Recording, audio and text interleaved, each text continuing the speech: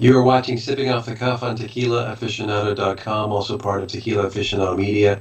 I'm Alex Perez in Southern California. I'm Mike Morales here in San Antonio, and Alex, we have an international star on our hands. A one with a lot of feathers. Yeah, one with a lot of feathers. This is a brand called La Serpiente Emplumada. Emplumada. It sounds Now we jumped, dramático, ¿no? La we Ser jumped to the Anejo. This is an Anejo. Yeah, for some reason, I'm not sure why, we didn't get a reposado. Now, unbeknownst to me, I thought it didn't exist. Alex found it, but he found it on a website that it's an English website. Oh, look at those! Look at those bubbles. This thing foams up like beer, man. Look at it. Uh, Alex found the reposado on a website that sells from the UK. It's an online retailer. And the Blanco, we were surprised. The Blanco retails for $29.96 or something like that in American dollars, wow. which is pretty cheap. Now, this is an award winner in 2016. These are and I believe it was December. I'm almost positive when this contest was won, either December or somewhere in the last quarter or late fall. And this is an award winner. It won the Spirits selection by Concours Mondial de Bruxelles. It won a gold medal. We're not sure which varietal won the gold medal, but we know it is an award winner. And so Which flight? so they won a gold medal, and this is out of distillery 1438.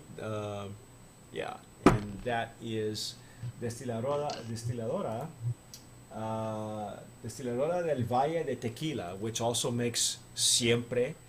It makes, last I remember, Agavales. It's a sizable maquiladora. It makes several Azulejos. Los Azulejos.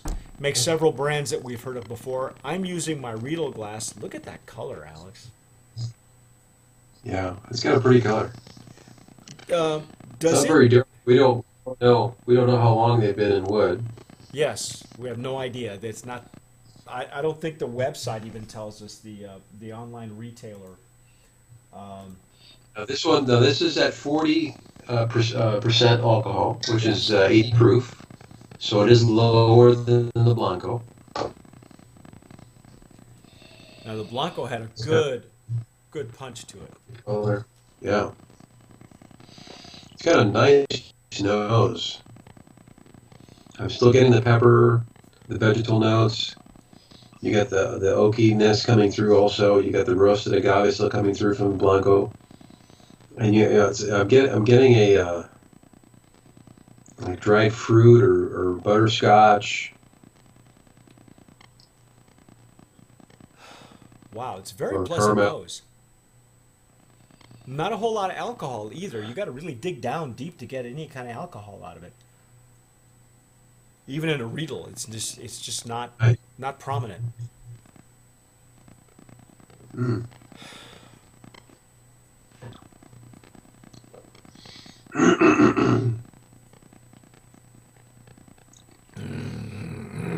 Mm.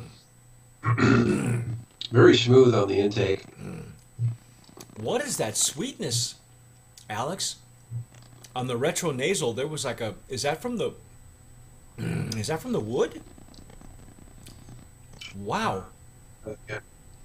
You don't get it on the attack, but on the retro nasal, it's very prominent. Unless maybe this opens up a little bit more.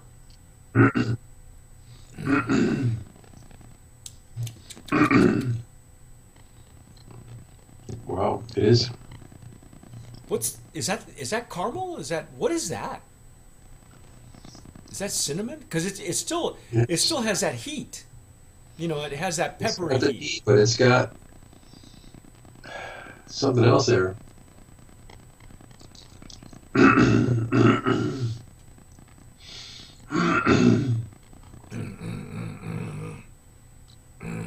Chocolatey note. Or It's very unique. Yeah, it's almost like a French oak, with just a hint, and you can only I only get it in the retronasal because it's not prominent on the nose, and it's not even very prominent on the intake or the attack. But that retronasal, it's a definite sweetness. It's very nice. Wow. And it's not as complex as most añejos. It's actually it's not as heavy, I should say. Yeah, it's a straightforward añejo.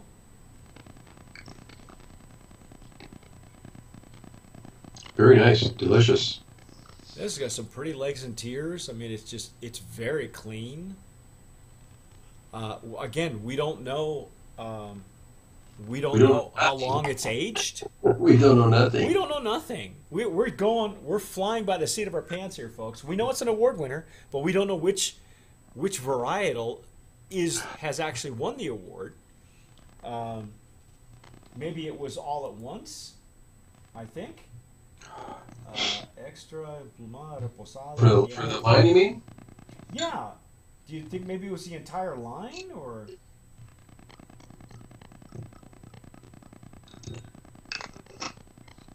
I don't know.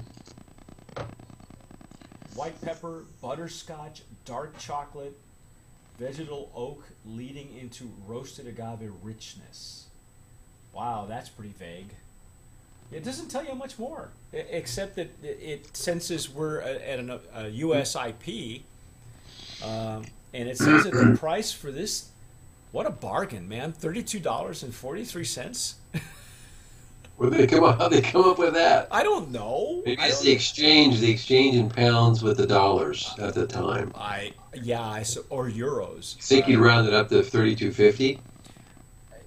I would imagine if we had it shipped to us from the UK, it would wind up being what we could probably walk in and buy it for here in the States. Now maybe that was the idea of the owner, Miguel Angel Vargas, who reached out to us and asked how he could get his tequila to us. And this was a few months back in 2016, and then the opportunity arose for us to get samples. It turns out that they seem to be ready to jump into the U.S. market, and probably in Texas, which is where most of these brands will want to come to, besides California and New York. But if their pricing is anywhere near what I'm looking at on this online retailer, holy cats, man! What a bargain! What a bargain! That's a bargain. Like you said. Oh, now it's opening up. What do you get now? Do you smell the sweetness on there on the top? Oh yeah.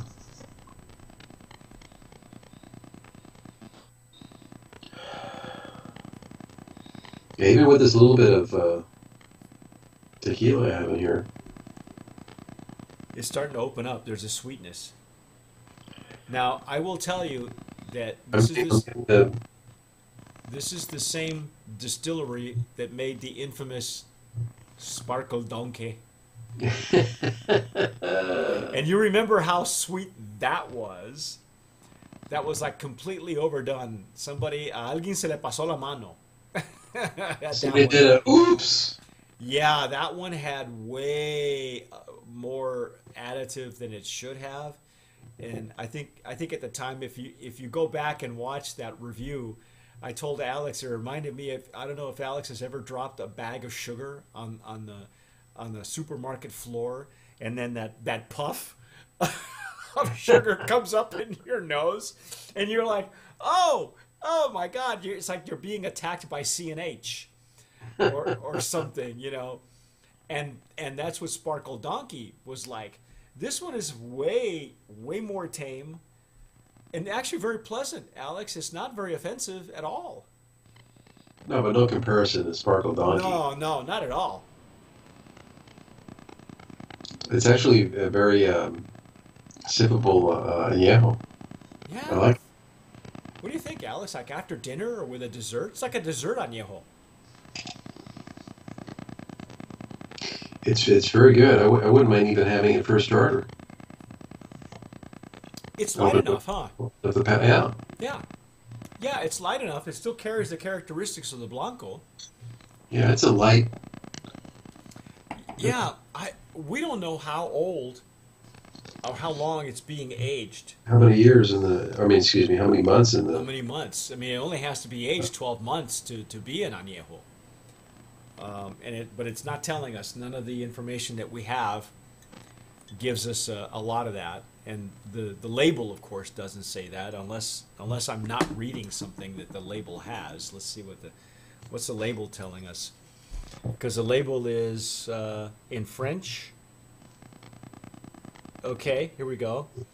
This Mastercrafted Tequila is produced in a way to keep the maximum aromas, pepper, honey, Seville orange, and cinnamon, and flavors, spices, candied fruits, ginger, as possible. By long fermentation, a pot still single batch double distillation, and a 13 months. There we go. Aging in what kind of barrels? White oak. There you go. All right. See, it's confusing because the label actually has 3 languages. French, and I believe is it French and Spanish or just French? It's French and Spanish. So the aromas, maybe that's what we're getting, Alex, is the honey, the spices, and the orange. And I think that's orange. But also the cinnamon. I think it's got some cinnamon heat to it. But you were right. You called it like candied fruit. Nice. I'm still getting it. I've got an empty glass. Yeah. Well, again, I'm not sure if that's because of the barrel or because of the additives. Again, you're allowed about 1 to 3%, depending on which gnome you're looking at, for additives. This one certainly has something in it. But I think it's well done, Alex. What do you think? I think so too. Definitely, I think a brand of promise. Yeah, I think so too. I think it's a worthy brand of promise in the añejo category. It's very pleasant. Alex said he would drink it in favor of an aperitif. I would drink it. So I'll go with that. I think it's very elegantly done. It is. You know, it is. It's a nice sipping tequila to have, during your cocktail hour, or even during dinner. Why not? Yeah, why not? I'll go with that. That's our take on. I'll go with that. Yeah, we'll go with that. That is our take on La Serpiente Emplumada. Solamente en una visión. Solamente aquí en Tequila Aficionado. And stay tuned for the next episode. Yes. We will try the extra añejo. The extra añejo. It'll be so we've done Blanco, we've done añejo, we're going to do the extra añejo. Yeah, we didn't get any reposado, Miguel Ángel. Señor Vargas. Don Miguel Vargas. But that's okay, considering, they moved heaven and earth to get these to us. So, and we had been communicating with them for months. And it's an award winner. I'm not sure which of the varietals, if maybe all of it in the line won gold medals. Could be, possibly. But that's our take. If you can find it, or if you've had it before, and let us know. Yeah, if you're watching us on YouTube, down below in the comments, let us know what you think. Is it a worthy Brand of Promise nominee? We think so. It's a year. Aged a year. It was 13 months in barrels. Yeah. So what do you think? You tell us. Otherwise, subscribe. Okay. And subscribe. Keep watching. And as always, sip wisely.